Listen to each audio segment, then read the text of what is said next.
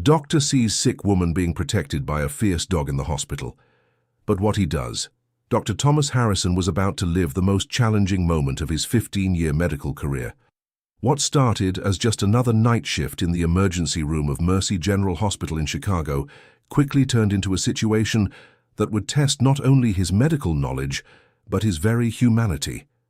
The German Shepherd wouldn't let anyone near the stretcher. His brown eyes gleamed with a mix of desperation and determination as he bared his teeth at anyone who tried to approach the unconscious woman. Thomas had been watching the scene for over 20 minutes, trying to find a way out of this standoff that was preventing medical care. The woman, around 30 years old, wore a faded yellow t-shirt and worn-out jeans. Her brown hair was disheveled, and her pale face showed signs of extreme exhaustion. The dog, for his part, kept a protective position beside her, as if he were a tireless guardian who would never abandon his post. "Doctor, we've tried everything," said Nurse Linda, an experienced professional who had known Thomas since he arrived at the hospital. "The animal won't allow anyone near. The paramedic said he ran alongside the ambulance from the park all the way here. They've never seen anything like it." Thomas adjusted the stethoscope around his neck and watched the animal's behavior more closely. Something in those eyes intrigued him deeply. There was no malice or pointless aggression, only a desperate protection that seemed to come from the very soul of the dog. "Did you try calling animal control?" Thomas asked, though he already knew that wouldn't be the ideal solution. "We called, but they'll take at least an hour to get here and look at her condition, Doctor. We can't wait that long." Thomas cautiously approached the stretcher, keeping his hands visible and avoiding sudden movements. The German Shepherd immediately went on alert, his muscles tensed, and a low growl rumbling in his throat. The woman remained unconscious, her breathing weak and irregular. "Easy, big fella," Thomas murmured softly, stopping a few feet away. "I just want to help her. You can see she needs help, can't you?" The dog tilted his head slightly, as if trying to understand the doctor's words. His ears moved forward and the growl faded in intensity, but he still kept his defensive stance. Dr. Thomas decided to try a different approach. Instead of forcing the situation, he pulled up a chair and sat at a safe distance, patiently observing the animal and the patient. This strategy surprised the entire medical team, who were used to the doctor's straightforward and sometimes impatient personality. Dear listener, if you're enjoying the story, feel free to leave a like and especially subscribe to the channel. It helps us a lot as we're just starting out. Now continuing. "What are you doing, Doctor?" asked intern Ryan, a young recent graduate still getting used to the quirks of emergency medicine. "I'm observing and learning," Thomas replied, without taking his eyes off the dog. "Look at him, Ryan. See how he positions his body to protect all her vital organs. Notice how his ears move, picking up every sound around. This animal isn't here by chance." As he spoke, Thomas noticed something the team had missed.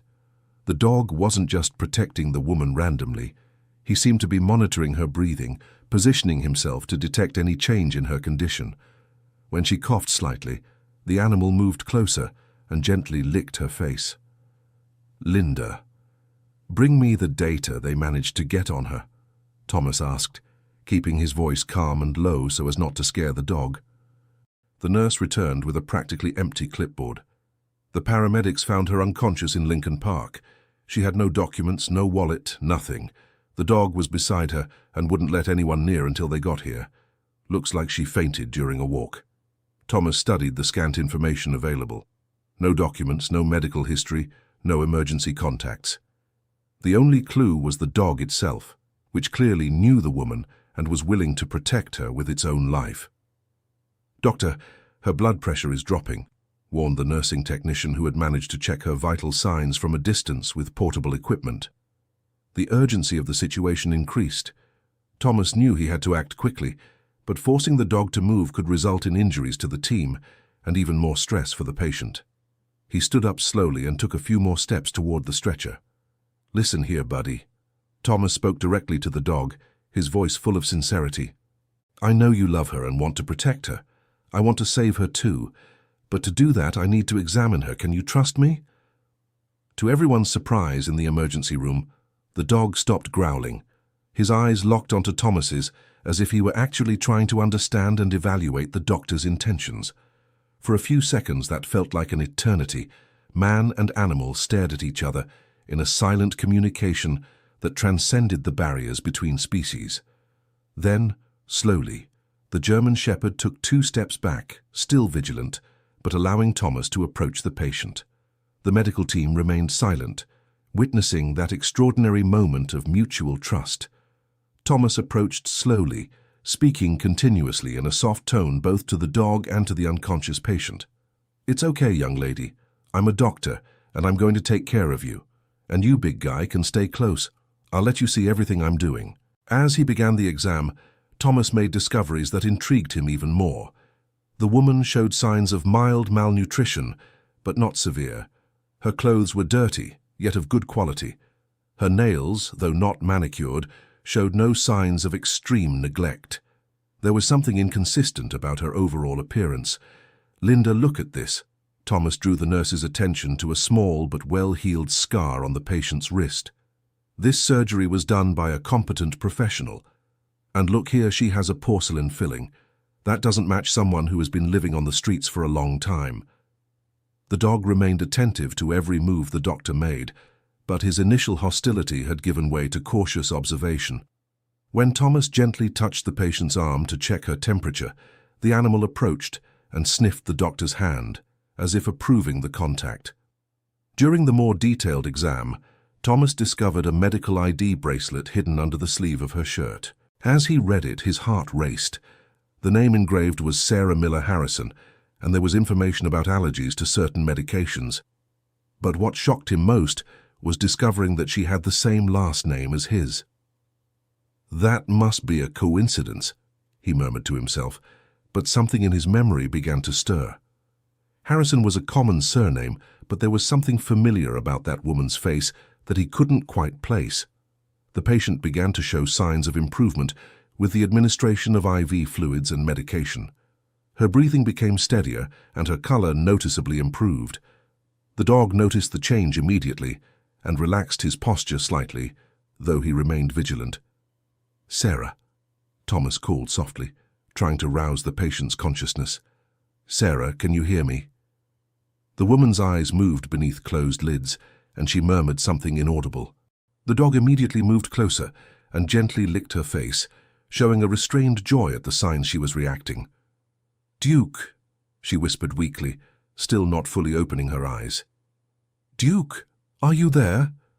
The dog answered with a low, affectionate whine, placing his head near her hand. The connection between them was evident and touching, causing the entire medical team present to be moved by that demonstration of unconditional love. Thomas leaned closer to the patient. "Sarah, my name is Thomas. I'm a doctor. You're safe now. Can you tell me what happened to you?" She slowly opened her eyes, trying to focus on the doctor's figure. When their gazes met, an expression of confusion and then recognition crossed her pale face.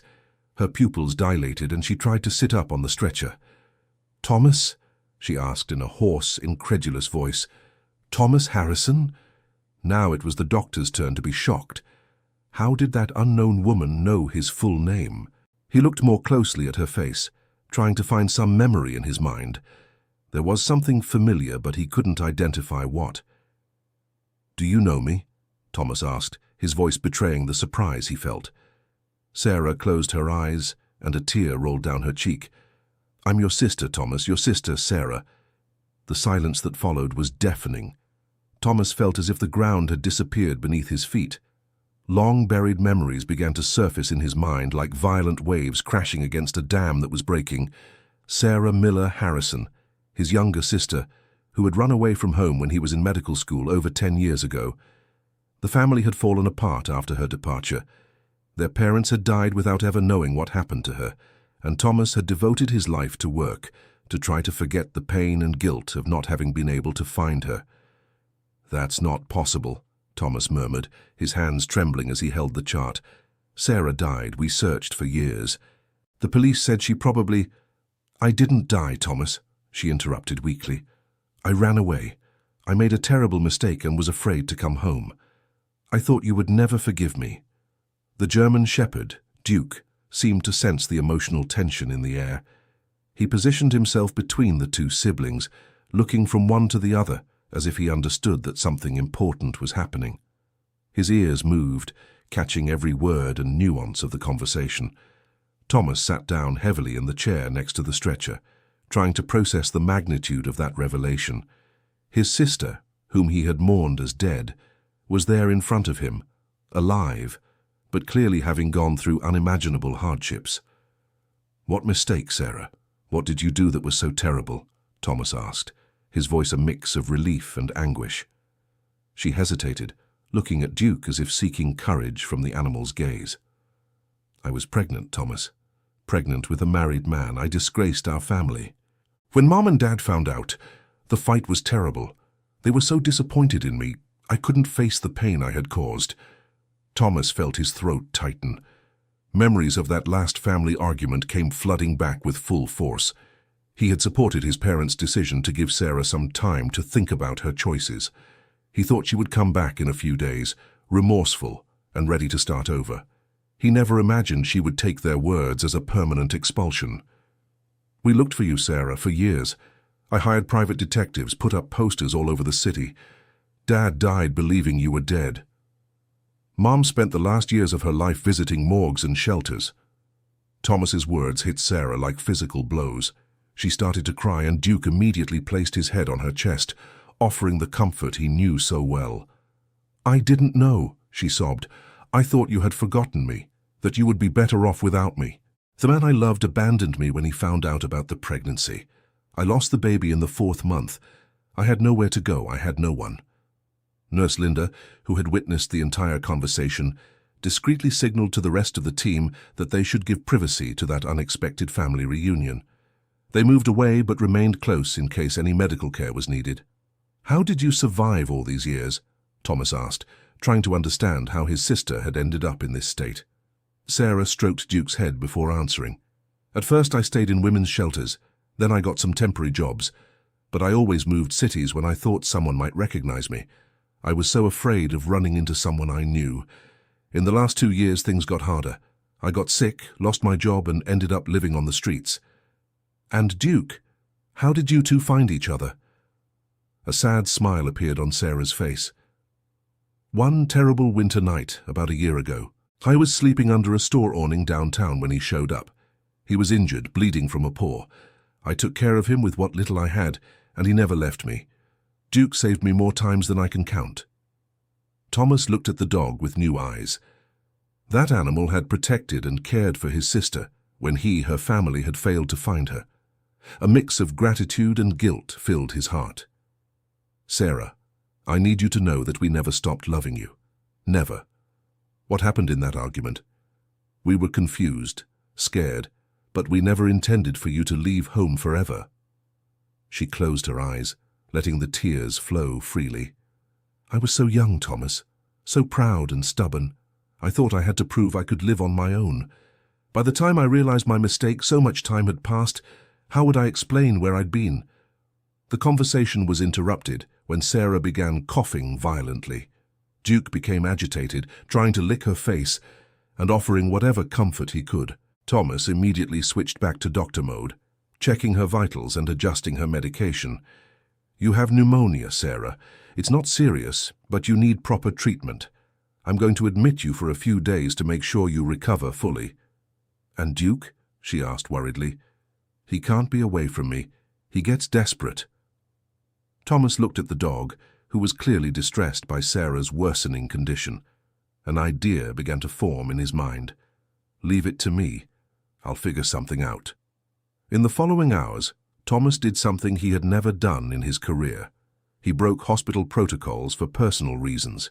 He talked to the administration, explained the special situation, and got permission for Duke to stay as an emotional support animal during Sarah's treatment.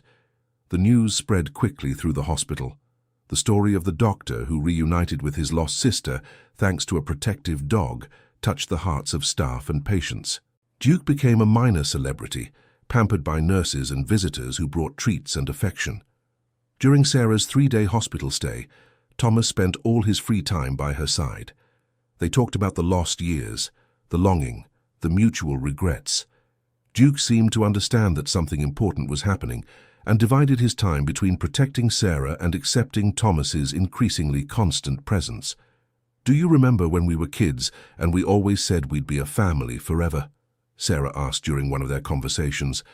Thomas smiled, remembering the innocence of childhood. "I remember promising I would always take care of you. I'm sorry I failed."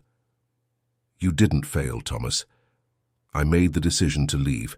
Now I understand I did it because I was scared, not because of you." Dear listener, if you're enjoying the story, take a moment to leave a like and especially subscribe to the channel. It really helps us who are just starting out. Now continuing, Duke watched the conversations between the two siblings carefully, as if he were learning about his new expanded family. Gradually, he began to accept Thomas not just as someone who took care of Sarah, but as someone who belonged to the circle of protection he had created around her. On the second day of hospitalization, Thomas brought something he had kept all those years, a photo of the complete family, taken shortly before Sarah's disappearance. When she saw the image, she broke down in tears. "They were so young," she murmured, running her fingers over her parents' faces in the photograph. "And I threw it all away out of pride and fear. They loved you, Sarah. Until the last day of their lives, they loved you and waited for you. Dad died holding a photo of you.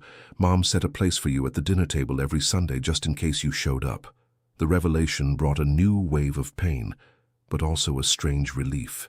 Knowing that she had been loved and waited for all those years of self-imposed isolation changed something fundamental in how Sarah viewed her own story. "Would they forgive me?" she asked through tears. "They forgave you a long time ago. Now you need to forgive yourself." Duke, feeling the intense emotion in the room, approached and placed his head on Sarah's lap, offering his unconditional affection. Thomas reached out and stroked the dog's head, a gesture that symbolized mutual acceptance and the beginning of a new family that included the animal who had saved his sister. On the third day, when Sarah was discharged, Thomas had already made several important decisions. He had arranged a small but comfortable apartment for her, close to his own residence. He had also talked to colleagues about job opportunities suitable for someone starting over. "Thomas, I can't accept all this," Sarah protested when he explained the arrangements he had made. "It's already a lot that you've forgiven me. You don't need to take care of me like I'm a child." "I'm not taking care of you because I think you need it," Thomas explained patiently. "I'm doing it because I need to. I need to have my sister close. I need to make up for lost time. And most of all, I need you to know that you'll never be alone again." Duke took advantage of the siblings' embrace to squeeze in between them, creating a family hug that included his 4 paws and his loyal heart. The scene made everyone present laugh, easing the emotional tension of the moment.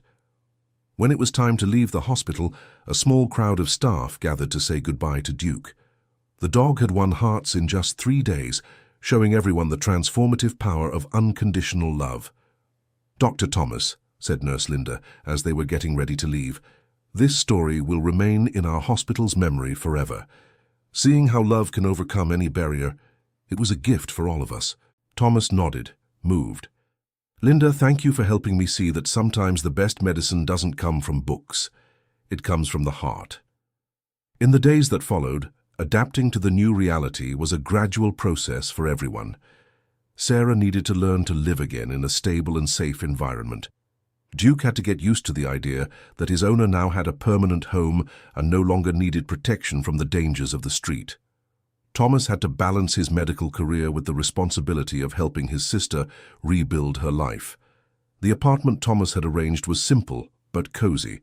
It had a small backyard where Duke could run and play, something he hadn't done in a long time. Sarah spent hours sitting on the grass, watching the dog rediscover the joy of being just a well-cared-for pet instead of a guardian constantly on alert. "Look how happy he is," she commented to Thomas during one of his daily visits. "I think he was more tired than I realized."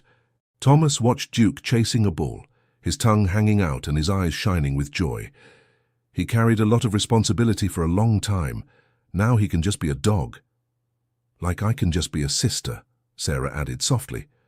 Sarah's emotional recovery wasn't linear. There were days when she felt guilty for accepting Thomas's help, days when the shame of the past haunted her, and days when the gratitude for finding her way back to family left her too emotional to speak. Duke became an accurate emotional barometer for both siblings. On Sarah's hard days, he reverted to protective mode, staying closer to her and watching every move.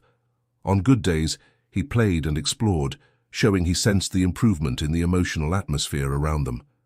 Thomas began to include Duke in his own routines. On weekends, the three of them went for walks in the park, where Sarah had been found unconscious. What was once a place of despair turned into a symbol of a fresh start and a second chance. "It's weird coming back here," Sarah commented during one of their walks. "I remember the despair I felt that day. I thought my life had come to an end." "Actually, that's when your real life began," Thomas replied. "That's when you finally found your way back home." Duke ran ahead of them, occasionally stopping to make sure they were following. His behavior had changed dramatically since his first days at the hospital. The constant tension had given way to a controlled joy, but he never fully lost his protective nature. A month after leaving the hospital, Sarah got a job at a local flower shop. The shop owner, Mr. Arthur, had heard her story through Thomas and decided to give her a chance. Working with plants and flowers brought a new dimension of healing to her life. "Plants teach me about patience," she explained to Thomas as she showed him the seedlings she was growing. "They grow at their own pace, no matter how much you want them to go faster." Thomas understood the metaphor. He himself was learning to be patient with the process of rebuilding his family. There were moments when he wanted to speed up Sarah's emotional healing, but he was learning that some wounds need time to heal properly. Duke quickly adapted to the flower shop routine. Mr. Arthur allowed him to accompany Sarah to work, and the dog became an attraction for customers. Kids came especially to see the hero dog who had saved his owner, and Duke accepted the attention with a dignity that impressed everyone. The first big test for the new family came when an old acquaintance from Thomas's college days recognized him at the flower shop. It was Dr. Stephen, who had been a classmate and knew about Sarah's disappearance. "Thomas, I can't believe it. Is that your sister, Sarah?" Stephen asked with genuine surprise. "We all thought she had—" "She's fine now," Thomas interrupted firmly. "She went through a tough period, but she's back." Sarah stiffened as she overheard the conversation, and Duke immediately noticed her tension. The dog positioned himself beside her, not aggressively, but clearly protective. The situation could have become awkward, but Thomas handled it carefully. "Stephen, would you like to meet Duke? He's the reason we were reunited." Shifting the focus to the dog allowed the conversation to flow more naturally, and Stephen ended up being charmed by Duke's captivating personality. The incident taught the siblings that they would have to face curiosity and sometimes insensitivity from others, but that they could do it together. That night, Thomas and Sarah had an important conversation about how to handle similar situations in the future. "I was so afraid he would ask difficult questions," Sarah admitted. "I'm still not ready to explain where I've been for so many years." "You don't owe anyone an explanation about your private life," Thomas assured her. "If someone asks, you can simply say you've been living in another city. It's not a lie, and it's none of their business to know the details." Duke was lying at Sarah's feet, his head resting on her lap. He seemed to be listening to the conversation and offering his silent support. His presence had become a constant source of comfort in the lives of the two siblings. 2 weeks later, Thomas received an unexpected call at the hospital. It was from a woman who identified herself as Megan, owner of an animal shelter on the outskirts of Chicago. "Dr. Thomas, I heard about Duke and your sister's story. I'm calling because I believe I have information about his origin." Thomas was intrigued. Since Duke had appeared in their lives, they hadn't investigated where he came from. The dog seemed to have simply existed to save Sarah, as if it were fate. "What kind of information?" Thomas asked. "Duke was adopted from my shelter about 2 years ago by an elderly couple. They recently called me looking for him, saying he disappeared and they are very worried." Thomas's heart tightened. The thought of losing Duke was unthinkable, but he knew it would be fair to investigate the situation. If the dog had a family that loved him and was looking for him, it was a complex moral issue. "Could you give me their contact information? I think we need to talk." Of course, Doctor, but from what I understand of the story, Duke chose where he wanted to be. Sometimes animals know better than we do where they belong. Thomas scheduled a meeting with the couple, Mr. Harold and Mrs. Martha, for the following day. He decided not to tell Sarah about the call immediately, wanting to first understand the full situation. The meeting took place at a cafe near the hospital. Mr. Harold and Mrs. Martha were a couple in their early 70s, clearly distressed over the loss of their pet. When Thomas explained the circumstances of how Duke had come to them, their reactions were mixed. "So it's true," Mrs. Martha said with tears in her eyes. "Our Max found someone who needed him more than we did." "Max?" Thomas asked, confused. "That's what we called him," Mr. Harold explained. "We adopted him from the shelter when his first family could no longer care for him. He had lost an owner who died, and he was very depressed. We thought we could give him a new chance at happiness." The story was becoming more complex. Duke had experienced multiple losses in his life, which explained his extremely protective nature towards Sarah. "Would you like to see him?" Thomas offered, though his heart was heavy with the possibility of having to give him up. "Actually," Mrs. Martha said softly, "in the last 2 years, Max was getting more and more restless. He kept running away, always came back, but it seemed like he was searching for something. Now we understand what it was, and he was looking for someone to save," Mr. Harold added. "It was his nature. He needed to be needed. He needed to have a purpose." Thomas was moved by the couple's understanding and generosity. "Would you like to meet my sister and see how Duke is now?" "We'd love to," Mrs. Martha replied, "but only to make sure he's happy. If he chose to stay with you, then that's where he belongs." The meeting was arranged for the weekend at Sarah's house. She was naturally nervous when Thomas finally told her about Megan's call and the existence of Duke's former owners. "What if they want to take him back?" she asked, stroking the head of the dog lying at her feet. "Then we'll have to respect that," Thomas answered, though his own voice betrayed the pain he felt at that possibility. "But I have a feeling that won't be the case." When Mr. Harold and Mrs. Martha arrived, Duke recognized them immediately. His tail wagged, and he ran to them, but not with the same intensity he showed with Sarah. It was a respectful joy, as if he were greeting dear old friends. "Max," Mrs. Martha exclaimed, kneeling to hug the dog, "you look so handsome and so well cared for." Duke accepted the affection, but then ran back to Sarah's side, positioning himself protectively beside her. The message was clear. He acknowledged and respected his former caregivers, but his current loyalty belonged to Sarah. "Look at him," Mr. Harold observed with a sad but understanding smile. He found his true home. During the visit, the elderly couple told more about Duke's history. He had been a therapy dog at a hospital before his first owner passed away. His nature was naturally inclined to care for people in need, which explained his extraordinary behavior with Sarah. "He was always special," Mrs. Martha explained, "but with us he seemed to be just waiting. Now we see he was waiting for her." Before leaving, the couple made a simple request, that they could visit Duke occasionally just to see how he was. Sarah, touched by their kindness, agreed immediately. She understood that Duke had been loved by many people, and that only added to his special value. "You will always be welcome here," she assured them. "Duke has a big family now." The visit had a profound impact on everyone involved. For Sarah, seeing how Duke had been cared for and loved by other people reinforced that she also deserved care and love. For Thomas, the elderly couple's generosity was a lesson in how true love sometimes means letting go. For Duke, the reunion seemed to close a cycle. He had respectfully greeted his past, but reaffirmed his commitment to his present and future. In the months that followed, the three of them settled into a comfortable and meaningful routine.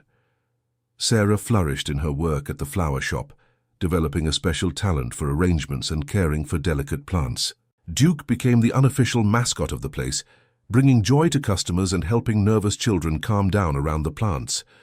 Thomas began visiting the flower shop regularly, not only to see Sarah and Duke, but because he discovered a genuine interest in gardening. The hobby became a form of therapy for him, a way to slow down his always hectic life at the hospital. "I never thought I'd see my brother with dirt under his nails," Sarah joked during a Saturday afternoon while the two were planting rose seedlings. Medicine taught me to save lives, Thomas replied, his hands carefully placing a seedling into the soil. But gardening teaches me how to nurture them. Duke watched the two of them working, occasionally digging unnecessary holes that made everyone laugh. His presence had become so natural in their lives that it was hard to imagine how they had ever existed without him. The first big celebration of the new family happened on Sarah's birthday, 6 months after the reunion at the hospital. Thomas organized a small party at the flower shop, inviting Mr. Arthur, some of Sarah's co-workers, and of course, Mr. Harold and Mrs. Martha. "This is the best birthday of my life," Sarah said, as she cut the cake that Thomas had specially ordered for her. "Not just because I'm alive to celebrate, but because I finally understand what it means to have a family." Duke got a special piece of dog cake that Thomas had prepared. Watching the dog enjoy his treat, Thomas reflected on how much his own definition of family had expanded. It now included not just his sister, but the loyal dog who had brought them back together, and even the extended network of people who had embraced their story. "You know," Mr. Arthur said during the party, "ever since Sarah and Duke arrived here, this flower shop has become a more special place. People don't just come to buy plants. They come to feel the positive energy you've brought." It was true. The flower shop had become a small, informal community center. People stopped by to chat. Children came to see Duke, and seniors found a welcoming place to spend time among the plants and flowers. Sarah had developed an informal program where she taught neighborhood kids about gardening on weekends. Duke always took part in these sessions, patiently letting the children pet him while they learned about plant care. "Aunt Sarah," an 8-year-old girl asked during one of these lessons, "is Duke magic? My grandma said he saved you in a magic way." Sarah smiled, looking at Duke, who was lying among the children. "It's not magic, sweetheart, it's love. Duke loved me so much that he was able to do extraordinary things. And you know what I've discovered? When we truly love someone or something, we can all be a little magical." Sarah's simple but profound words became a philosophy that guided not only her own life, but also influenced many people around her. Thomas began to apply this same perspective to his medical practice, treating each patient not just as a clinical case, but as a person deserving of love and comprehensive care. The hospital where Thomas worked started allowing therapy animals in certain cases, inspired by the success of Duke's story. The pilot program was an immediate success, with animals helping patients in emotional and physical recovery. "Dr. Harrison," Nurse Linda said during one of his shifts, "you've changed since the day Duke and your sister arrived here. You were always a good doctor, but now you're a doctor who heals not just bodies, but hearts." Thomas knew she was right. The experience had transformed his approach to medicine and life. He was no longer the cold, distant professional who kept emotional barriers with his patients. Now he saw every person who came to the hospital as someone with a complex story, deserving of compassion and comprehensive care. A year after the reunion, Thomas received an offer to write a book about his experience.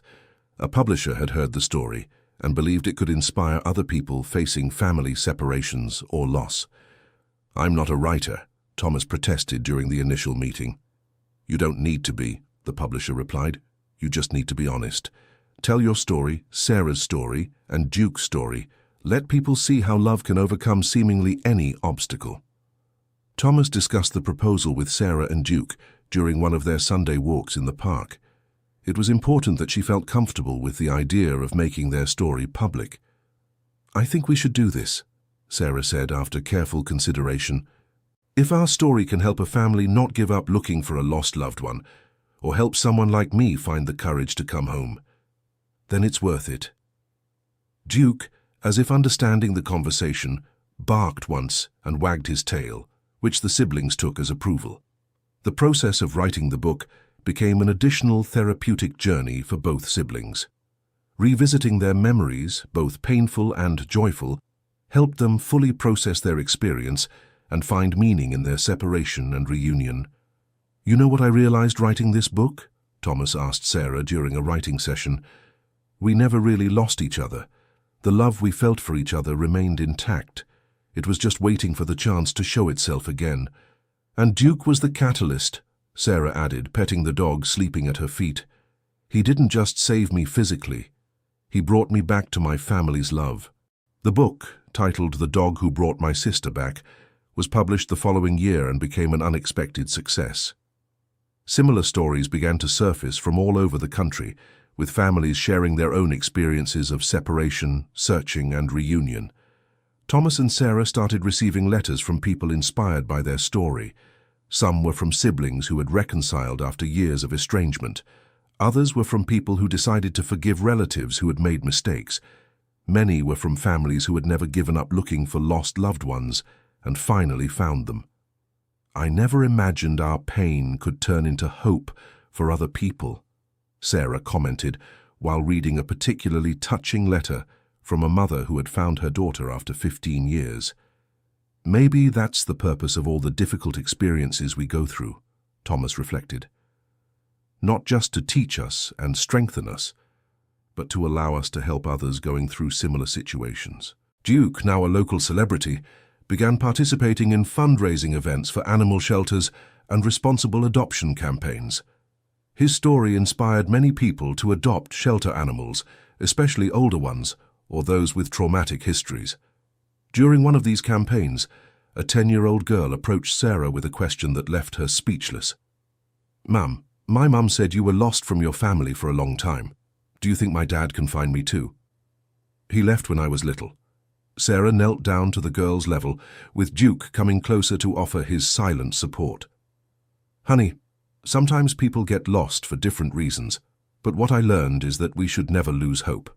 And in the meantime, we should surround ourselves with people who love us, like your mum who's here with you today." The conversation with the girl inspired Sarah to start an informal support group at the flower shop for children dealing with family absences. Duke became the group's unofficial co-therapist, offering unconditional comfort to little wounded hearts. "Children understand Duke in a special way," Sarah explained to Thomas. "They see in him proof that unconditional love exists, even when other people in their lives have let them down." The group grew organically and soon included not only children, but teenagers and even some young adults who had grown up with significant family absences. The flower shop expanded to include a small community space where these gatherings took place. Mr. Arthur, the owner of the flower shop, was delighted with the evolution of his business. "When I hired you, Sarah, I thought I was just giving someone a chance to start over.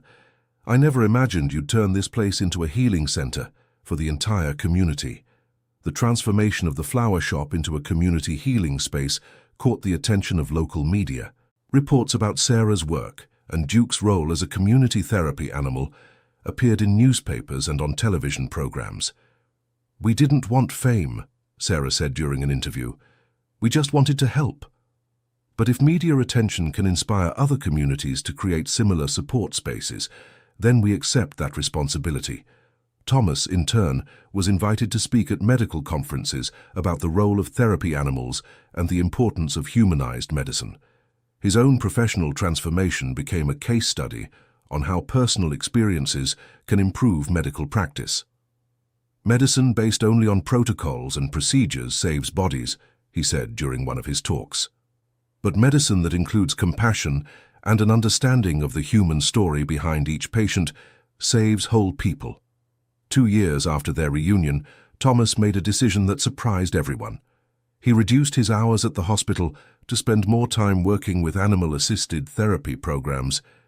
The change meant a significant drop in his income, but an exponential increase in his professional fulfillment. "Are you sure about this decision?" Sarah asked when Thomas told her about the change. "You worked so hard to build your career at the hospital." "My career isn't disappearing," Thomas assured her. "It's just evolving. I discovered that my true calling isn't just to treat diseases, but to help in the complete healing of people. And Duke taught me that sometimes the best medicine has 4 legs and a heart full of love." Thomas's decision to focus more on animal-assisted therapy led him to meet other people with similar stories. He connected with a national network of professionals working with therapy animals, learning about different approaches and techniques. During a national conference on animal-assisted therapy, Thomas met Dr. Karen, a psychologist from New York, who had developed innovative programs for traumatized children. She was fascinated by Duke's story and proposed a collaboration. "You've developed something special in Chicago," Dr. Karen said, "a model that integrates animal therapy, community support, and family healing.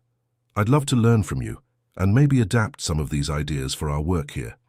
The collaboration resulted in a pilot program that was implemented in several American cities. Duke became the program's ambassador, occasionally traveling to help train other therapy animals and their families. "It's funny to think that Duke, who started as an abandoned dog, is now helping train other animals to save people," Sarah remarked during one of those trips. "Maybe that's the cycle of life," Thomas replied. "We receive help when we need it, and then we use our experience to help others." Dear listener, if you're enjoying the story, be sure to leave a like and especially subscribe to the channel. It really helps us who are just starting out. Now continuing, Duke seemed to understand his role as ambassador.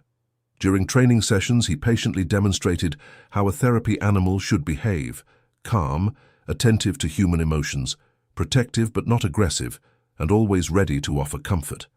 One of the most striking cases involved a 7-year-old autistic child in New York who hadn't spoken for 2 years after a family trauma. During a session with Duke, the girl finally spoke her first word: dog. "It was as if Duke had unlocked something inside her," reported Dr. Karen. "He has a special ability to connect with people who are emotionally closed off." The success of the national program brought official recognition. Duke was honored by the city of Chicago as an honorary citizen and received several tributes from animal rights organizations. "Look at that, Duke," Sarah joked during the award ceremony. "You've become a government official. Now you have to behave all the time."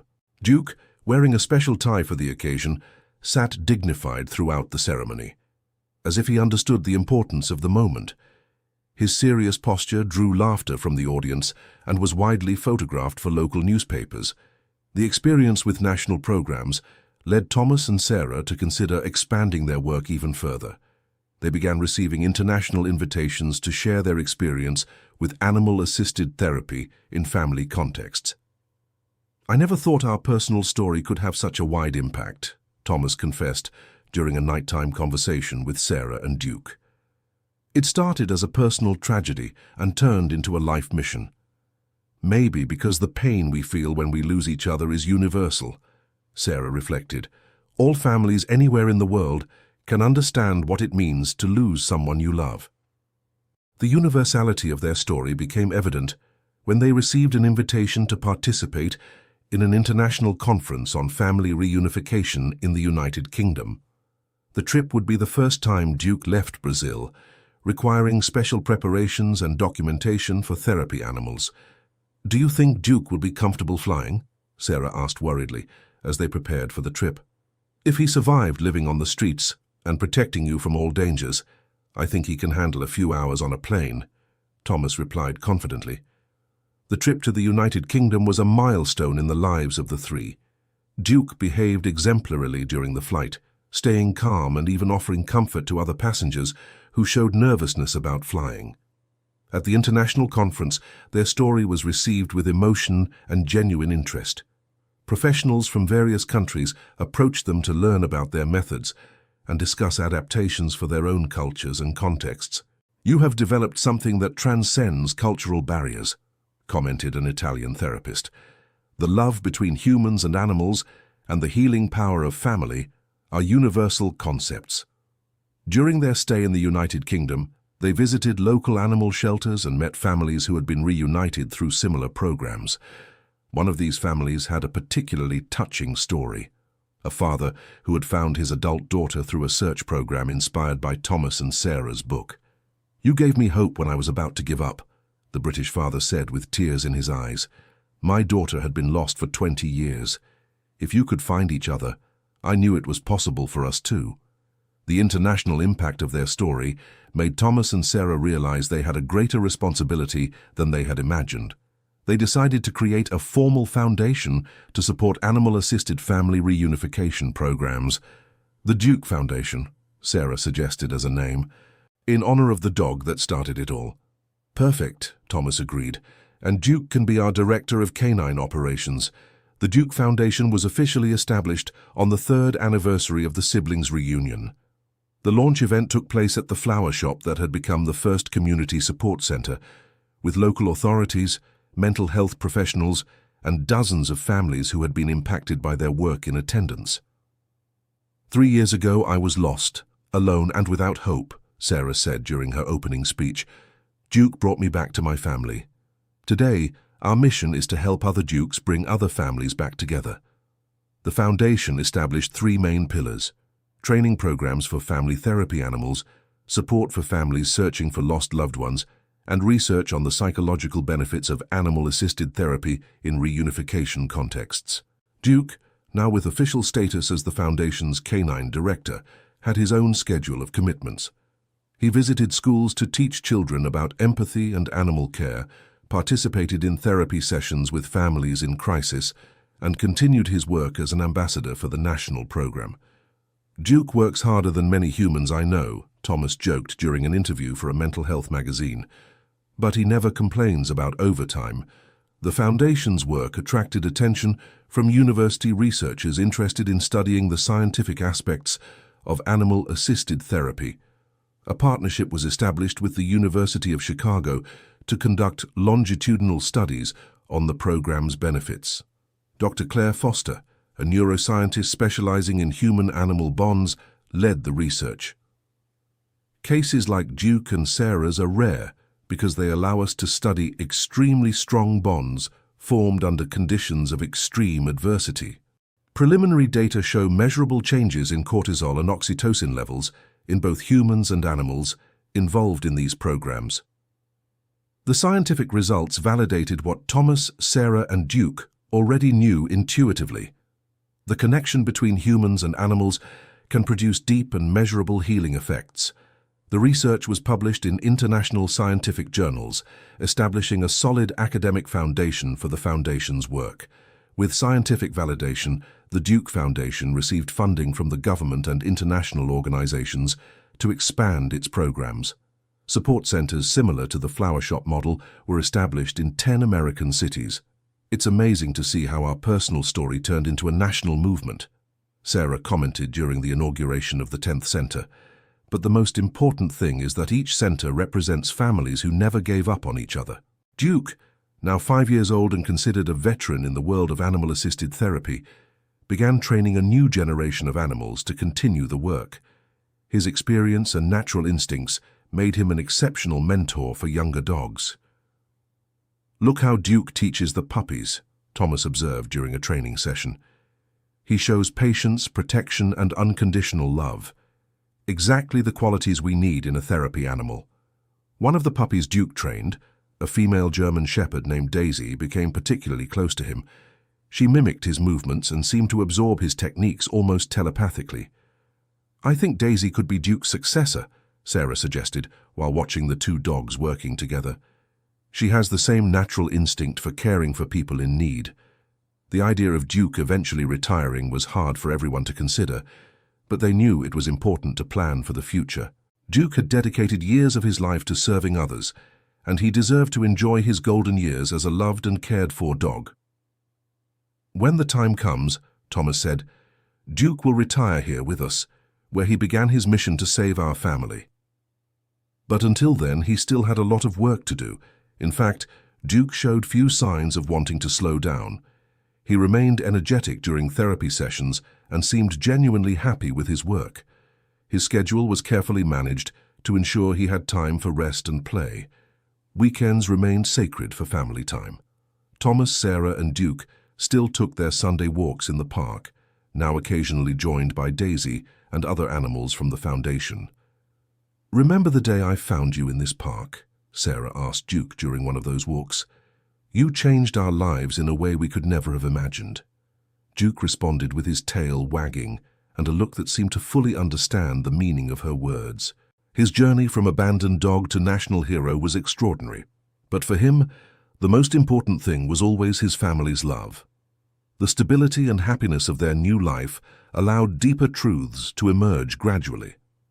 During a particularly open conversation, Sarah shared aspects of her experience on the streets that she had never mentioned before.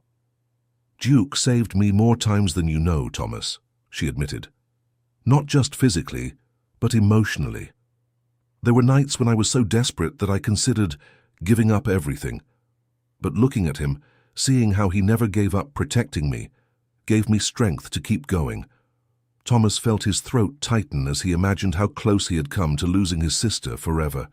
"Duke didn't just bring you back to me. He kept you alive until we could find each other again.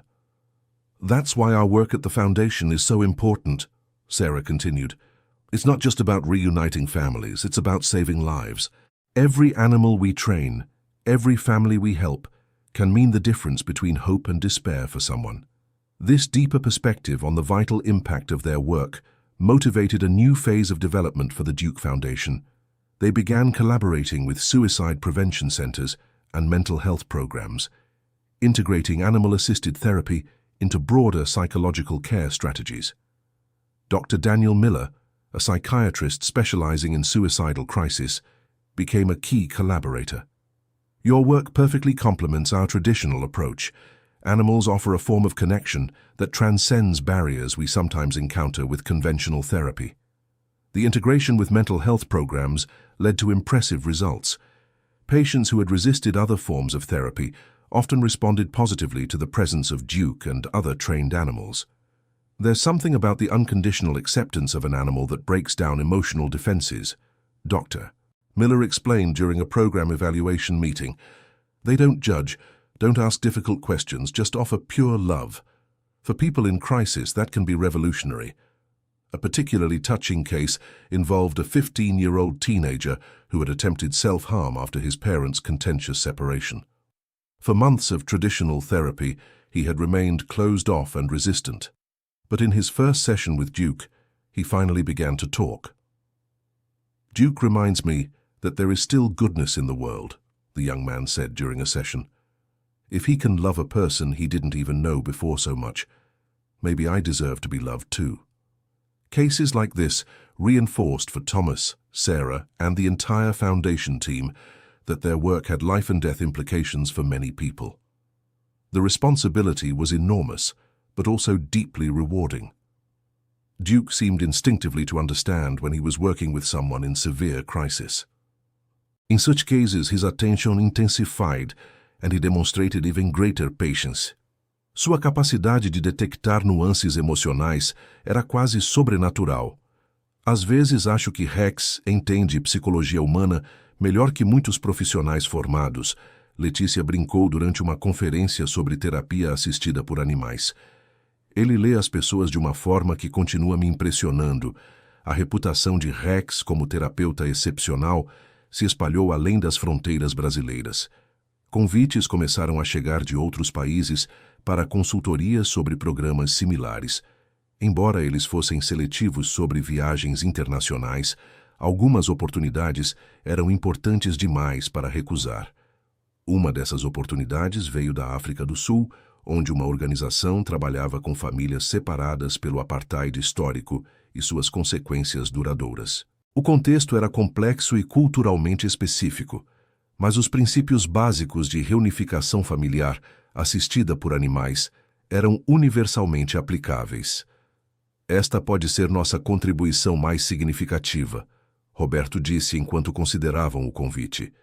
Ajudar famílias que foram separadas por injustiças históricas a se reconectarem através do poder do amor animal.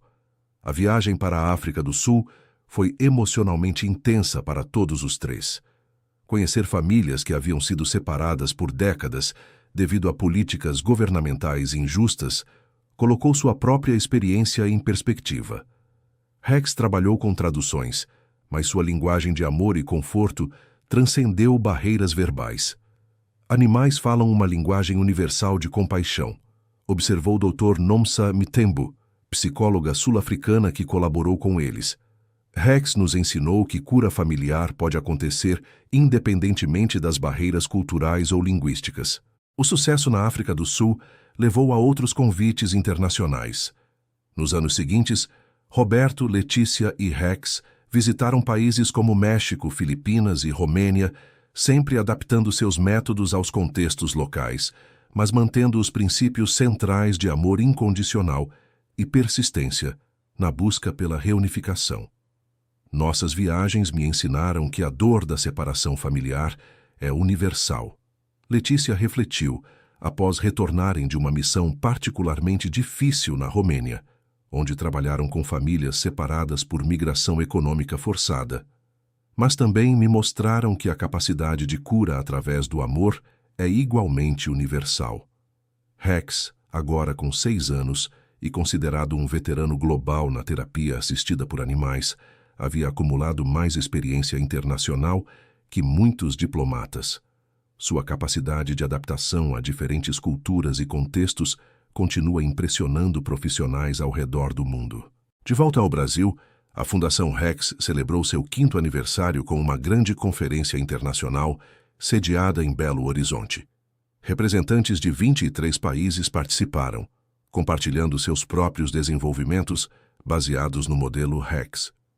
Ver como nossa história inspirou trabalho similar ao redor do mundo é humilhante e emocionante, Roberto disse durante seu discurso principal na conferência. Prova que quando abrimos nossos corações para o amor incondicional, podemos criar ondas de mudança positiva que se espalham muito além de nossa própria vida.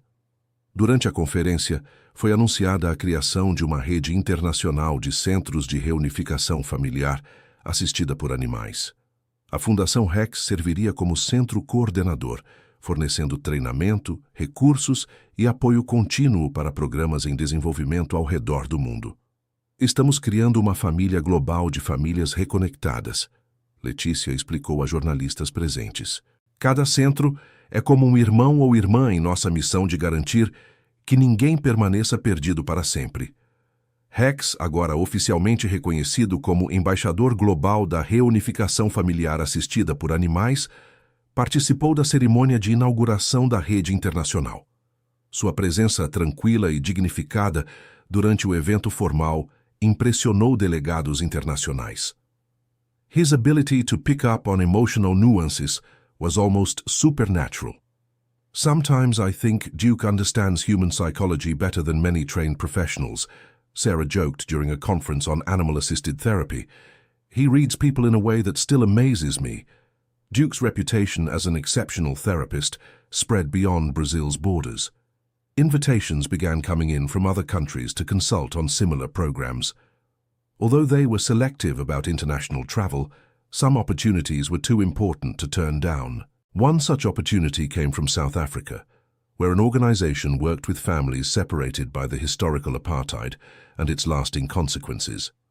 The context was complex and culturally specific, but the basic principles of animal-assisted family reunification were universally applicable. This could be our most significant contribution, Thomas said, as they considered the invitation, helping families separated by historical injustices reconnect through the power of an animal's love. The trip to South Africa was emotionally intense for all three. Meeting families who had been separated for decades due to unjust government policies put their own experience into perspective. Duke worked through translations, but his language of love and comfort transcended verbal barriers. Animals speak a universal language of compassion, observed Dr. Nia Abara, a South African psychologist who collaborated with them. Duke taught us that family healing can happen regardless of cultural or linguistic barriers. Success in South Africa led to other international invitations.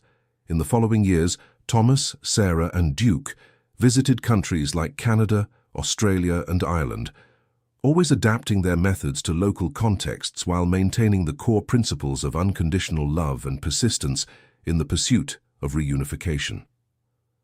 Our travels taught me that the pain of family separation is universal, Sarah reflected after returning from a particularly difficult mission in Ireland, where they worked with families separated by forced economic migration. But they also showed me that the capacity for healing through love is equally universal. Duke, now 6 years old and considered a global veteran in animal-assisted therapy, had accumulated more international experience than many diplomats.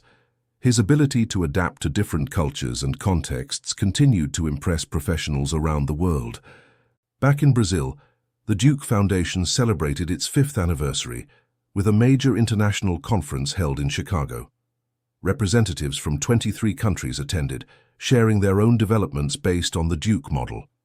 Seeing how our story has inspired similar work around the world is humbling and thrilling, Thomas said during his keynote address at the conference. It proves that when we open our hearts to unconditional love, we can create waves of positive change that spread far beyond our own lives. During the conference, the creation of an international network of animal-assisted family reunification centers was announced.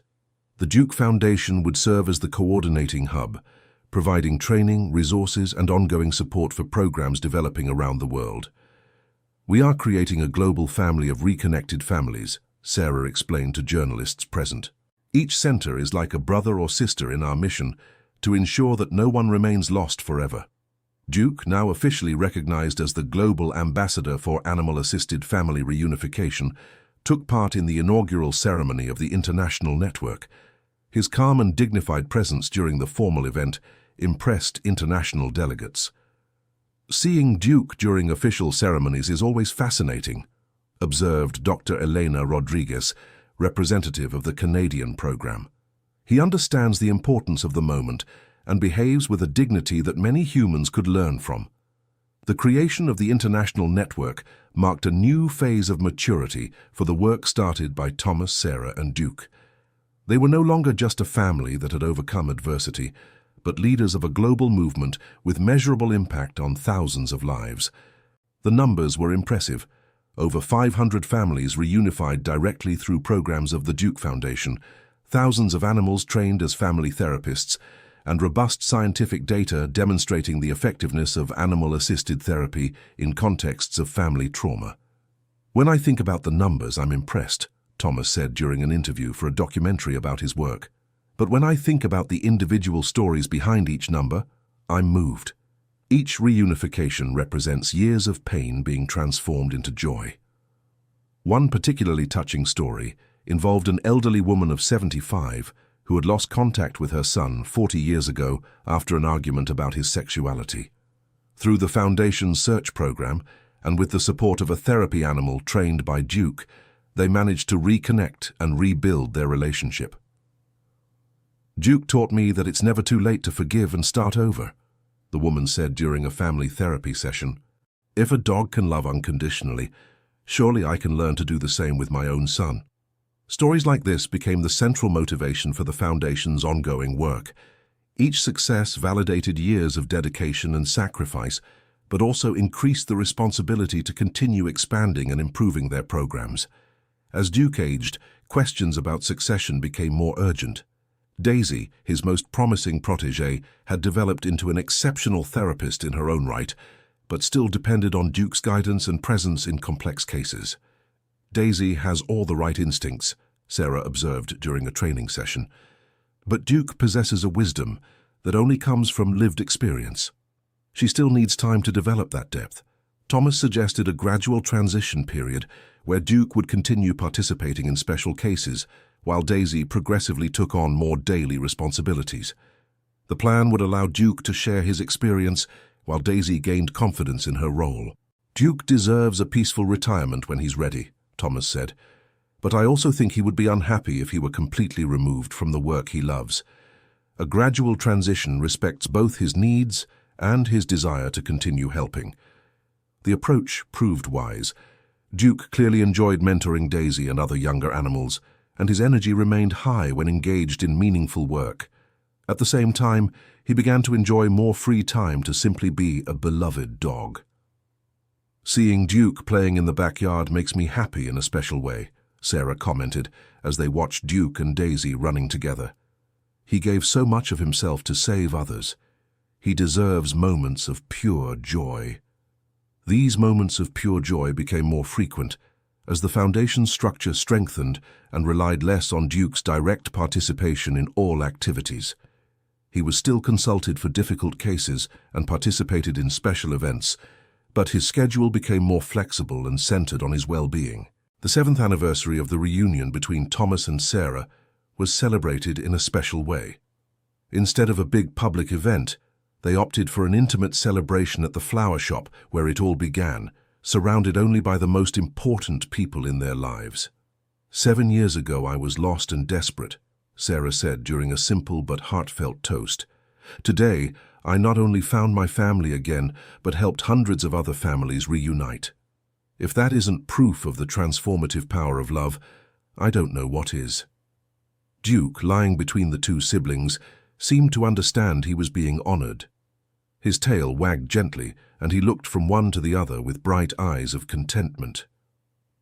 "To Duke," Thomas raised his glass, "the dog who not only brought my sister back, but taught the whole world about the power of loyalty and unconditional love." "To Duke," echoed everyone present, including Mr. Arthur, Nurse Linda, Mr. Harold and Mrs. Martha, Dr. Miller and several others who had become part of the extended family, created around the reunification story. The celebration was marked by shared stories, tears of joy, and the deep sense that everyone present had been touched and transformed by the journey that began with a protective dog in a hospital. When the night ended and the guests left, Thomas, Sarah and Duke were alone in the quiet flower shop. The plants around them seemed like silent witnesses to all the transformation that had taken place in that space. "You know what impresses me most about our story?" Sarah asked, while stroking Duke's head. "It wasn't the big moments or public recognitions. It was how small acts of love multiplied into waves of change that reached people we don't even know." Thomas nodded, understanding perfectly. "Duke taught us that we never know the full impact of our acts of love. When he decided to protect me in that hospital, he had no idea he was starting a global movement. And when I ran away from home so many years ago, I never imagined my pain would transform into a way to help others," Sarah added. "Maybe that's the real magic of life, our ability to turn suffering into compassion." Duke got up and walked to the door of the flower shop, looking out at the park where Sarah had been found unconscious years before. His gaze seemed contemplative, as if he were reflecting on the entire journey that had brought them to that moment. "I think he's remembering," Sarah whispered, "remembering how it all began. Or maybe he's just enjoying the peace of knowing his mission was accomplished," Thomas suggested. "He brought you back home, helped us build a new family, and taught hundreds of other families about the power of unconditional love. That's an impressive legacy for any life." In the following months, Duke continued his mentorship work with Daisy and other young animals, but at a more relaxed pace that respected his age and experience. He developed a special reputation for being able to evaluate new therapy animal candidates, seemingly detecting which ones had the right temperament for the work. "Duke has a sixth sense for identifying animals that will succeed in therapy," explained Dr. Karen during a visit to Chicago. "His success rate at selecting candidates is almost 100%. It's as if he can see directly into their hearts." This special ability led to the creation of a formal program where Duke would certify therapy animals after their initial training. The Duke certification became an internationally recognized gold standard for family therapy animals. "It's a bit ironic," Thomas laughed during an interview about the certification program. "Duke started out as a stray dog with no papers that no one could identify. Now he is responsible for providing official credentials for other animals." The certification program further strengthened the international reputation of the Duke Foundation. Organizations from several countries sent their animals to Chicago specifically to receive Duke's approval, considering it validation of the highest level. Daisy, now 3 years old and clearly matured in her role, began assisting Duke with certifications. She watched attentively as he evaluated other animals, seemingly learning the subtle criteria he applied. "Daisy is becoming an extension of Duke," Sarah observed. "It's as if she's absorbing not just his methods, but his intuitive wisdom about what makes a good therapy animal." The relationship between Duke and Daisy became a fascinating case study on knowledge transmission among animals. Researchers began documenting how complex therapy skills could be transmitted through observation and imitation. Dr. Claire Foster, who had conducted the initial research on the Foundation's programs, returned to study specifically the dynamics between Duke and Daisy. "We're observing something that could revolutionize our understanding of animal learning. and the transmission of complex behavioral skills. The studies revealed that Daisy wasn't just imitating Duke's superficial behaviors, but seemed to be internalizing deeper principles about reading human emotions and responding appropriately to different psychological states. What Duke developed through years of intense experience, Daisy is acquiring through focused mentorship, Dr. Foster explained. It's a remarkable example of how practical knowledge can be transmitted between animals in an almost academic way. The scientific discoveries about the Duke-Daisy relationship contributed to a new understanding of animal intelligence and social learning capacity. Academic papers were published, and the animal mentorship model developed at the Duke Foundation began to be applied in other contexts. For Thomas, Sarah, and especially for Duke, the scientific recognition was gratifying but secondary to the practical impact of their work. They remained motivated by the individual stories of reunified families and transformed lives. One particularly significant story involved an elderly couple who had lost contact with their 3 adult children after a series of misunderstandings and wounded pride on both sides. During 2 years of work with the Duke Foundation, including regular sessions with Duke and Daisy, the whole family managed not only to reconnect, but to build stronger relationships than before the separation. Duke and Daisy taught us that forgiveness isn't just a word, said the family matriarch during a program graduation ceremony. It's a daily act of choosing love over pride. They demonstrate it so naturally that they inspired us to do the same. Stories like this became the emotional fuel that kept Thomas, Sarah, and the entire foundation team motivated through the inevitable challenges of managing a constantly growing organization. As the Duke Foundation approached its 10th anniversary, reflections on legacy and sustainability became more prominent. Thomas and Sarah, now in their 40s and 50s respectively, began to think about how to ensure that the work continued regardless of their direct involvement. "We created something bigger than ourselves," Thomas observed during a strategic planning meeting. "Now our responsibility is to ensure it continues to grow and evolve, even when we are no longer directly involved." Duke, now 8 years old and definitely in his senior canine years, still participated in selected activities, but his contribution had evolved into a more symbolic and ceremonial role. Daisy had taken over most of his operational responsibilities with impressive competence. "Seeing Daisy take up Duke's mantle is bittersweet," Sarah admitted. "I'm proud of how she's developed, but also aware that we're approaching the end of an era." The transition was carefully planned to respect both Duke's age-related limitations and his psychological need to feel useful and valued. He continued to participate in special events and important ceremonies, but his day-to-day life became more focused on enjoying a well-deserved retirement. Ironically, Duke's semi-retirement revealed new aspects of his personality. Freed from the constant responsibility of being a therapist, he rediscovered simple pleasures like chasing butterflies, sleeping in the sun, and simply being a beloved dog. "It's wonderful to see Duke relaxed," Thomas commented as they watched the dog sleeping peacefully in the backyard of the flower shop. "He gave so much of himself for so many years. He deserves this peace." The 10th anniversary of the Duke Foundation was celebrated with a week of events that included professional conferences, community celebrations, and a special ceremony honoring Duke for his extraordinary contribution to the field of animal-assisted therapy. During the main ceremony, Duke was formally retired with full honors.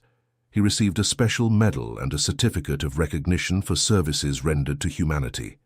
Daisy was officially designated as his successor, assuming the title of Principal Ambassador for Animal-Assisted Family Reunification. Duke taught us that heroism doesn't require superpowers or great fanfare, Sarah said during her speech at the ceremony.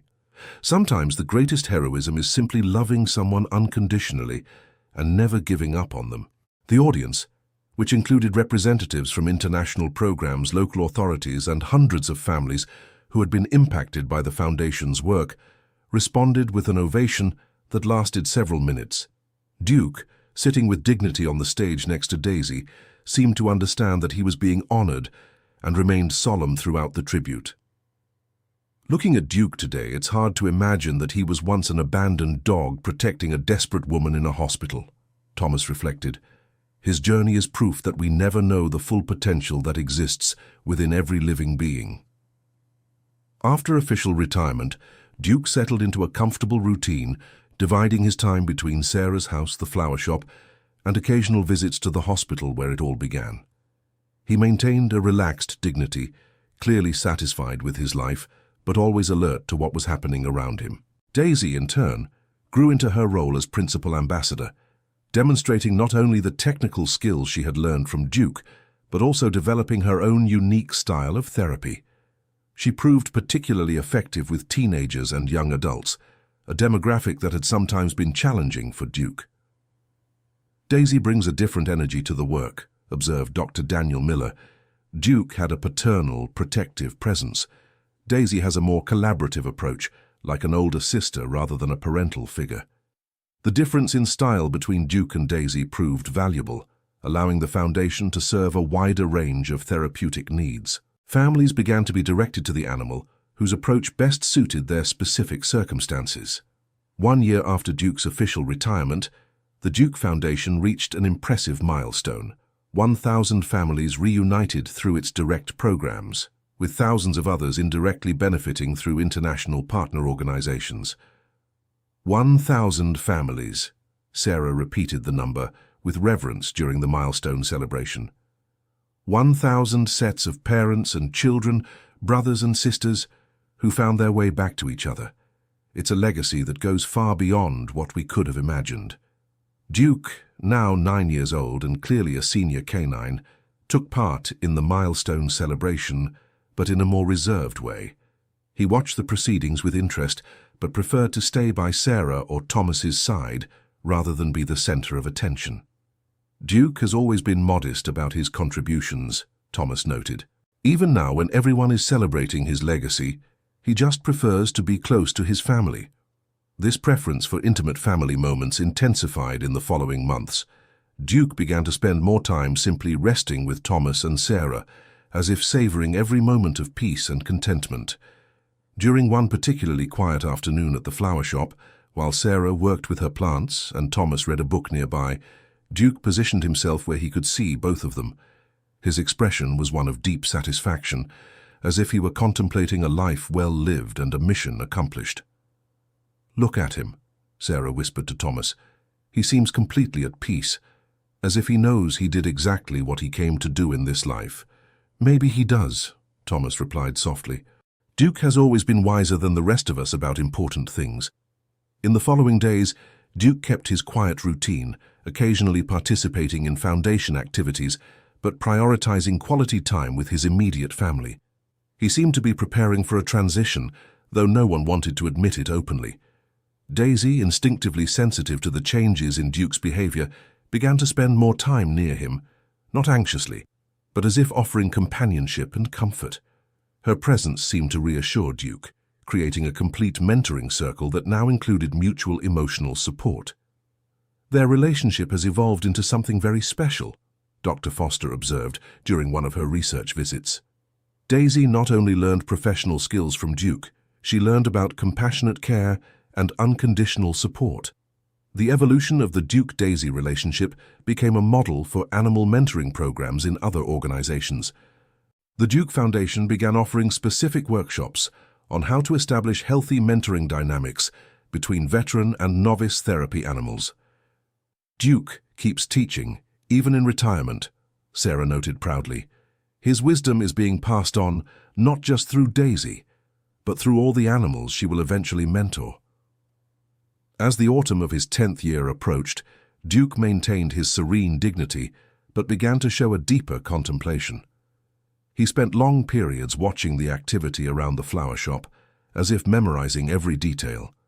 During one particularly golden afternoon in April, Duke did something he hadn't done in years. He walked alone to the hospital where he had found Sarah. The behavior was noticed by a hospital employee who recognized him and immediately called Thomas. "Dr. Harrison, Duke is here at the hospital. He's sitting exactly where your sister's stretcher was that first night. He doesn't seem distressed, just contemplative." Thomas and Sarah arrived quickly at the hospital, finding Duke sitting calmly in the emergency room hallway. Hospital staff had respectfully gathered around, all recognizing the symbolic importance of the moment. "Duke," Sarah knelt beside him, "did you want to come back to where it all began?" Duke looked at her with deep, wise eyes, his tail wagging slightly. Then he got up and walked slowly toward the exit, pausing once to look back before continuing. "I think he was saying goodbye," Thomas said softly as they walked back home, making peace with his own story before moving on. That night, Duke slept peacefully between Thomas and Sarah, on the couch in Sarah's living room, something he hadn't done since his early days after leaving the hospital. He seemed to be seeking physical closeness to his family, absorbing the love that had sustained him through his entire extraordinary journey. During the early morning hours, Duke got up quietly and walked to his favorite spot in the backyard, where he used to lie in the sun on mornings. Daisy, who had spent the night at the flower shop, joined him, lying close but respectfully. When Thomas and Sarah woke up the next morning, they found Duke resting peacefully, surrounded by Daisy and some of the plants Sarah had carefully cultivated over the years. His expression was serene, as if he was finally completely at peace. "He was waiting to make sure Daisy was ready," Sarah whispered through tears, gently stroking Duke's head one last time. "And that we would be okay." Duke's funeral was an extraordinary celebration of an extraordinary life. Representatives from 28 countries sent condolences and tributes. The flower shop was turned into a temporary memorial, with flowers and messages covering every available surface. "Duke was not just a dog," Thomas said during the eulogy. "He was a teacher, a hero, a friend, and the one responsible for bringing our family together. But most of all, he was a living example of how unconditional love can transform the world." Daisy stayed close throughout the ceremony, showing impressive composure for her age. It was clear she understood both the importance of the moment and her responsibility to continue Duke's legacy. "Daisy will carry Duke's spirit to the next generation of families in need of reunification," Sarah promised during her part of the eulogy. "The work he started will continue through her and through all the animals and people he touched throughout his life." In the days following the funeral, condolences continued to arrive from around the world. Stories about Duke's impact were shared by families who had never met him personally, but whose lives were transformed by the work he had inspired. One such letter came from a woman in Japan who had found her long-lost sister through a program based on the Duke Foundation's model. "Duke saved my family without ever knowing me," she wrote. "His never-give-up spirit crossed oceans to reach us." "His legacy is truly global," Thomas observed as he read the condolences. "Families on different continents know the name Duke and understand that he represented hope and unconditional love." The Duke Foundation established an annual scholarship in Duke's name for research in animal-assisted therapy. The first recipient was a young veterinarian who had been inspired to specialize in animal therapy after meeting Duke at a conference years earlier. "Duke continues to teach and inspire even after his passing," Dr. Foster commented during the ceremony awarding the first scholarship. "His impact multiplies through every person he inspired to enter this field." Hope, now officially the leader of the Foundation's therapy programs, demonstrated remarkable maturity in taking on increased responsibilities. She seemed to carry not only the skills Duke had taught her, but also something of his reassuring, wise spirit. "Watching Daisy work is like seeing Duke living through her," Sarah commented during a particularly challenging family therapy session. "She has her own personality, but there's something of his presence in her approach." The leadership transition from Duke to Daisy became a case study on succession in animal-based organizations. The model developed at the Duke Foundation began to be applied in other contexts where specific animals had become central to therapeutic programs. 1 year after Duke's death, the Duke Foundation organized an annual celebration of his legacy, coinciding with the anniversary of when he had saved Sarah at the hospital. The event became known as Duke Day and was officially recognized by the city of Chicago. "Today we celebrate not just the life of an extraordinary dog," Sarah said during the first annual celebration, "but the principle he represented, that unconditional love can overcome any obstacle and that we must never give up on the people we love. During the celebration, it was announced that the Duke Foundation had grown to include 50 centers in 15 countries, with over 100 certified animals working in family reunification programs. The global reach of the work, started by Duke, had exceeded any initial expectations. Duke planted a seed of hope that has now become a worldwide forest, Thomas reflected during his presentation. Every family reunited, every animal trained, every person inspired to enter this work is part of the family tree that grew from his original dedication. Daisy, now 5 years old and fully established in her role, took part in the celebration with the same quiet dignity Duke had shown at similar events. She had developed her own group of admirers and seemed comfortable with the public attention that came with her position. Daisy honors Duke's legacy while creating her own, observed Dr. Karen, who had traveled from New York specifically for the celebration. She represents the natural evolution of the work he began. During the celebration, Thomas and Sarah announced the establishment of a virtual university offering certified courses in animal-assisted therapy and family reunification. The program would be offered free of charge to professionals in developing countries, ensuring that the knowledge developed through Duke's experience could spread regardless of economic barriers. Education is how we plant seeds of change in places where we cannot yet be physically present, Sarah explained during the announcement. Duke taught us that one life can impact the entire world. Now we want to ensure his knowledge reaches every corner of this planet, where families need reunification. The virtual university was named the Duke Institute for Animal-Assisted Therapy and began operations 6 months after the announcement. Initial demand was so high that waiting lists formed within weeks. The global response to the Duke Institute confirms that there is a worldwide hunger for this kind of knowledge, Thomas commented during an interview about the virtual university's success. Duke identified a universal human need, and now we are systematizing ways to meet that need on a global scale. 2 years after Duke's death, the Duke Foundation reached another significant milestone. 5,000 families directly reunited through its programs, with conservative estimates suggesting that more than 20,000 people had been indirectly impacted. 5,000 families probably means 15,000 individual people who now have their families back, Sarah calculated during the milestone celebration. If Duke could see these numbers, I think he would be modestly proud, but mostly happy, knowing that so many people are no longer alone. Daisy, now a respected veteran in the field of animal-assisted therapy, started her own mentorship program with a new generation of young animals. The circle of knowledge that Duke had initiated was expanding to include multiple generations of therapy animals. Seeing Daisy teaching other animals the way Duke taught her is deeply emotional, Thomas observed.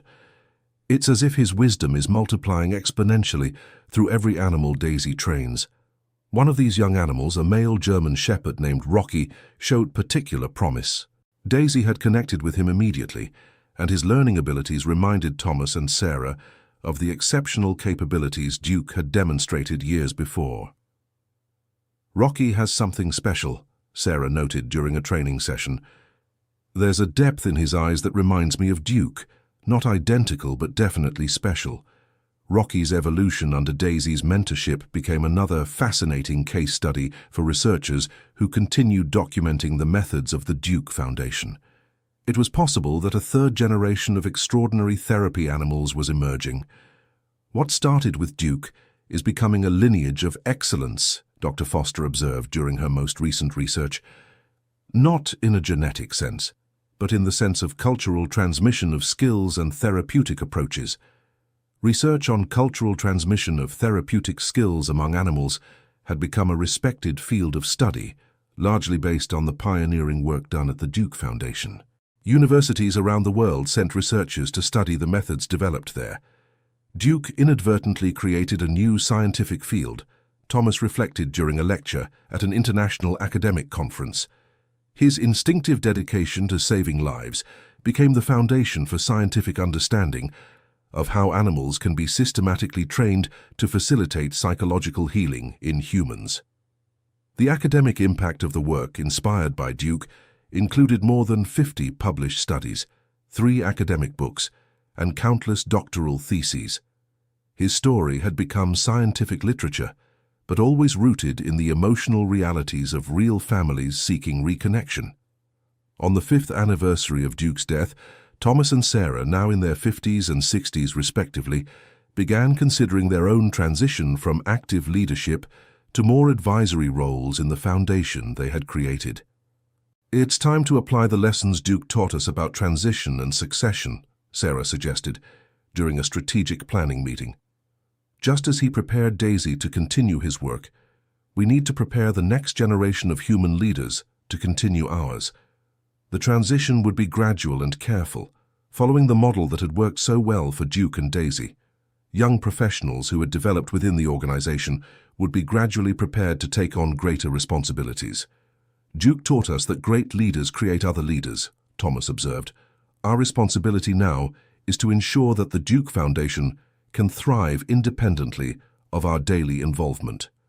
Daisy, now 7 years old and considered a young senior in the animal-assisted therapy community, had clearly absorbed Duke's lessons on mentorship. Rocky, under her guidance, was developing quickly and showing signs that he might eventually take on significant responsibilities. "The lineage of excellence continues," Dr. Miller commented during a visit to the foundation. "Duke created not just an organization, but a culture of excellence and dedication that perpetuates itself through generations of animals and humans." During a quiet afternoon at the flower shop, now expanded to include memorial gardens dedicated to Duke and other animals who had served at the foundation, Thomas and Sarah reflected on the extraordinary journey that had begun with a desperate situation in a hospital. "Do you ever wonder how our lives would have been different if Duke hadn't protected me that night?" Sarah asked while watering flowers near Duke's memorial. "Sometimes," Thomas admitted, "but then I realized that speculating about it is useless.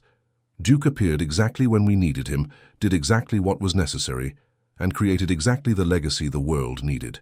And he taught us that every moment of suffering can be transformed into a moment of healing for others," Sarah added.